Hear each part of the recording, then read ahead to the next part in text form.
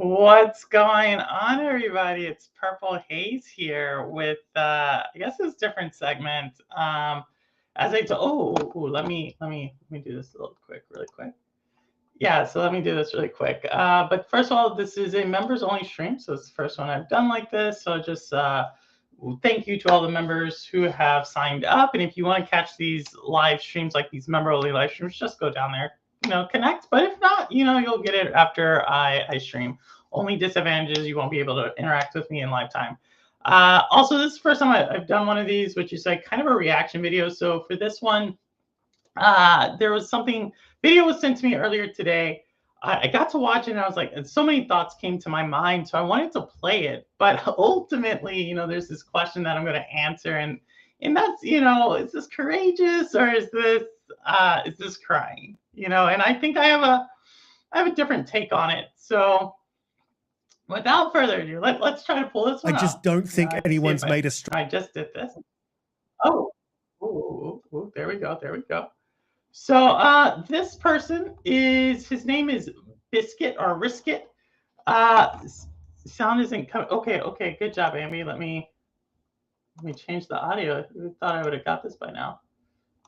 Let me know about that one. Amy, let me know if that one works better. All right. So with that said, this individual, I don't know him. I've never interviewed this person. It's not a Shades of Purple alum. Howdy, Super Studio Plush. How are you? So I've never interviewed this person. This is his name. He goes by the name Riskit or Biscuit or something like that. He's from Australia. And I've linked his channel below. So just so y'all can go like it. He actually did a much longer video than just this here.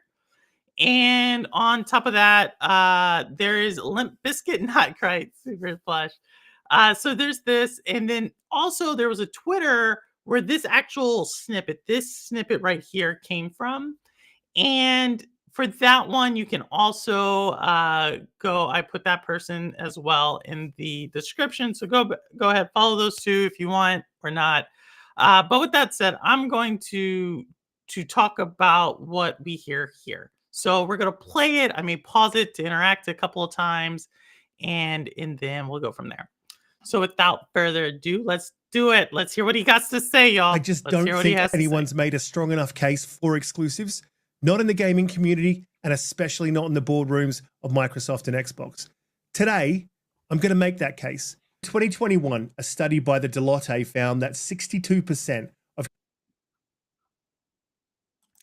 So also, as you can see, like someone here has like kind of edited it so you can see the entire video down below. Yeah, and so we're going to see. So right now he's saying no one's made a good case for the entire for companies not to go to exclusive. So it's pretty simple. He said he's going to make that case. So let's hear his data points. He has some here, and I already see some things that I think that's leading this guy astray. But let's keep consumers going. are willing Cammy, to pay for what the consumer considers premium content, including exclusive content. According to a report by HubSpot, businesses that prioritize customer experience, including exclusive content, see a 1.6 times higher customer retention rate within their services. Reports from Patreon show that creators offering exclusive content see a 30% increase in engagement from their Patreons.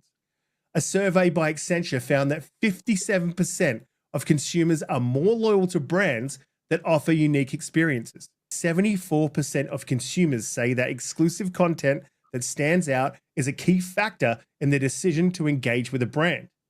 A study by Nielsen found that 60% of consumers are more likely to engage with brands that offer unique content. Disney Plus reached 146 million subscribers at the end of 2023 and generated $7.4 billion in revenue. Does anyone go to Disney for any? All right, y'all. So there's still about a minute, but I think that I wanted to talk about this right here because, and let me bring it up. Let me bring myself up here really quick. So none of what he said is false, and I just want to make sure if y'all have seen the picture in the beginning of this guy, I don't think he's like a fanboy or anything. Like he has both PlayStations, Xboxes in the background, so I think he's he's like obviously just a gamer, right? He's just someone who wants to see Xbox do well, and he's trying to make the argument. He's using data, so data informed. He's trying to make the argument about why companies need to retain exclusives, right? Hey, Eniok, how's it going? How's it going, Ambi and Cammy and Wit? Thank you all so much for being here, as well as Super Plush. So obviously he's making this solid argument, right? He's using data and he's using all these things. However, and we're going to kind of hit this at the end of this segment here. All of his data is, I have no doubt that any of these data sources are not real. I think he did his homework and he looked it up. But data is only adequate until it's not. Okay. And so you can automatically start to hear this because what you're not hearing is games. You're hearing content, you're hearing IP, you're hearing a lot of things that you would hope bleed off to games. But it unfortunately just doesn't work like that. But maybe it does. And I'm going to tell you why, unfortunately, for Risket or Biscuit or Biscuit Risket, unfortunately for him, this is all in vain because he's missing one crucial point. And we're going to listen to the beginning of this again to see if you caught what I caught. All right, here we go. Let's try it again. So let's get him back up here. Let's see if he let's get him back. But exclusive content. If you could get those Disney exclusives on Netflix, would you be paying for both? The stats and the lessons of the past all point to exclusive content over and above any other factor being one of the most reliable predictors of platform success. However, don't forget one thing. Mario Brothers wasn't always an exclusive title. Back when Nintendo was on the rise, they licensed the Mario Brothers game to the Atari 2600. It gained notoriety and would eventually become a Nintendo exclusive. Xbox needs to hold on to exclusives that gave it its identity, and they need to be transparent about that with us, the fans. But building a fan base of some of the bigger titles and then bringing those back into the Xbox fold would be a 4D chess strategy that would be a little ruthless, but it's one I'd certainly love to see them pull off. All right, y'all. So that is the video from him, and I want to kind of play it again from the beginning because I don't know. Like, y'all can go link down below to the video, and if anybody wants to, please go link into that and let me know what the title of his video is. All right, and I'm going to tell you where he goes astray. And like, again, I don't think this dude has ill intent. I don't think he's fanboying. I do think he's crying without tears. Like, if y'all want to see how someone, like they always say women are emotional. This is how a man gets emotional. It's like he's panicky. It's like he's panicking and he's trying to, ultimately, if you look at the video, this is like a plea to the Microsoft board, right? That's what this guy is doing. He's going to the Microsoft board. I don't actually know if it plays it from the beginning. I just don't think anyone's made a strong enough case for exclusives, not in the gaming community, and especially not in the boardrooms of Microsoft and Xbox. All right. So here he talks about the board there, right? And so I don't know. Like I already told you, I think he's like a little bit, all the stats he brings up, it's not really about gaming. It's more about content. And he uses some things, like he uses Disney. And unfortunately for Risket, Disney subscription service is not in a good place, right? If you go look at the Disney calls, if you go look at Bob Iger, the CEO of Disney, he is under pressure, right? Well, even with over 140 million subscribers, there's a certain group of people who are not happy. All right. You can go look at anybody with IP. Warner Brothers, I bring them up a lot. HBO Max, not doing well. Discovery Plus, not doing well. Right? Because there is one stakeholder in Biscuit, or Risk It, he actually hits on this, right? He says the boardroom. Like, that's his plea. His plea is to the boardroom. And if anybody wants, go check me on this if you want. Why does a company have a board? Like, a lot of people don't quite understand this. Like, your typical mom and pop shop, your typical private business, if you have an LLC or something like that, do you have a board? No. However, your publicly traded companies, they do. So why is it that a publicly traded company has a board? And I'll tell you. The board is there for one stakeholder and one stakeholder only. And that's the shareholder. The shareholder is the person who's investing in the company. Right? There's other stakeholders at that company. There's employees, there's government officials, there's customers, there's even activists, people outside the company.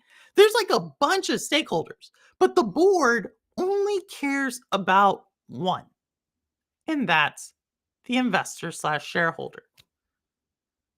Risk It here believes his plea for Microsoft to keep their exclusives will somehow create more value for Microsoft. And he's made a video. It's actually 30 minutes. Y'all should go check it out. Like I said, I linked it down below. Go subscribe to him also. Like, we're not trying to not promote people's content. But the problem with it is that, like I said, when he was starting to do the data matters until it doesn't. You see, Microsoft has went down the road of exclusives. They've tried to build exclusives.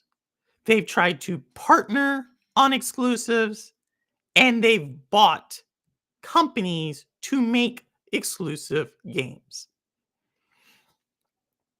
All of which have not appeased a certain group of Microsoft stakeholders. And that's the shareholder slash investor. And everybody's like, well, we haven't heard that.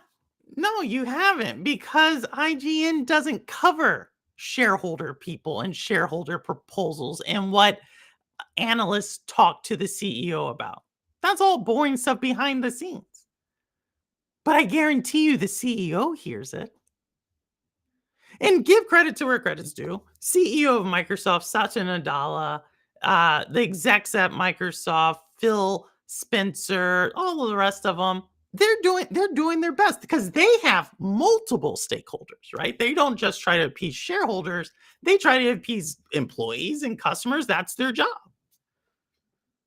But unfortunately for Risk It, the industry, the market, the gamers as a whole just have not necessarily bought into what Microsoft was trying to sell. Now, that could be for a lot of reasons. I'm not going to, on this video, try to say why it hasn't happened. But what I will say is it hasn't happened at the rate that Microsoft would like. And that's the key. If you take away anything from this video, it's not that Microsoft isn't making money. They're making a ton of money.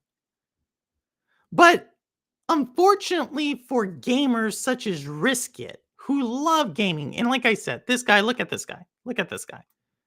This guy has multiple things. He has Xboxes, he has PlayStations, he has Spider-Man up here, he has like Mafia, he has Sonic. This dude is representing a lot. I'm not going to say this dude's a fan by any, like, he's just a gamer. But unfortunately for Risk It, he's starting to find out that corporations, they're not satisfied with making money. They're not like most people. Like most people, they want to like be able to cover their expenses, have time to do what they want to do, and then maybe put some money aside for a big purchase or some luxury that they might otherwise not have. That's most people. Corporations? No. And the board? Hell no. What they say is, instead of making a ton of money, we want to make 2 tons of money. And so then what they do is they go tell the company, I need 2 tons of money. In Microsoft's case, they tried to do everything they could with exclusives. But unfortunately for them, it just wasn't enough. So that is why they're starting to say, we're going to put it everywhere. Because they haven't tried that yet. Like I said, they tried to build it. They tried to partner on it. And they tried to buy it. All of that works for you and me, but not for them. And so for them, what they're going to do is something they haven't tried. And that's putting it everywhere. Now, whether or not that's going to be successful, I'm not going to say anything on this video about that. But what I will say is, in my question on the title of this video, I say, is crying men the future of gaming fandom? Or I called it something like that. Is it courageous or cringe? And I just think it's kind of cringe. Like, I understand, like, like the fans, they love their games. They want it to be like when they were younger. They have all these feelings and emotions attached to it. But you're finding out a hard lesson. And that lesson is that there's a conflict between the games you love and the money the corporation wants to see. And when push comes to shove, the board who you made this video for, they're going to take the shareholder and not the gamer. And that's the truth. If I was a Microsoft fanboy, someone who's willing to cry about a corporation, what I would do is say one of 2 things. Okay? One of 2 things. I would cherish the memories I had and just move on, right? Or I would try to somehow find some embrace in this current situation. Because the train has left the station for what you're trying to get them to buy off on. And it is no longer up to a gamer making these decisions. It is now up to a bean counter who their sole purpose is to provide maximum value for the shareholder. And that's what they're going to do. Actually, I guess there's a third thing I would do. Maybe just invest in Microsoft and have them pay you instead of you paying them. I don't know. You let me know down below and risk it. I like I said, I've never interviewed you. No ill will towards you. And also, person who cut the video, awesome job on that. Both, like I said, are in the description. But let me know. Like, do you think it's cringe? Do you think it's courageous? Do you think I'm missing something? Like, again, I don't think that this risk it guy, I don't think he has any will intent. I just think it's cringe a little bit because it's a little naive. And I also think it's like, if y'all want to see emotional men, that's this guy. This guy. This is what they look like. They make videos on this. But nah, he's just a fan. He just wants to like his games. But with that said, thanks again for all the members who are in chat. Thank you all for coming by. I'm going to make this video probably public as soon as this is done. As a member, you get access to when I do these. So thanks for the people coming by. And yeah, y'all know what I say. I don't care where you game, how you game, why you game, what you game on. As long as you're gaming, you're good with me. And as always, this is Purple Haze, and the proof is in the playing. All right, take care, y'all, and I will see you on the next one. Later.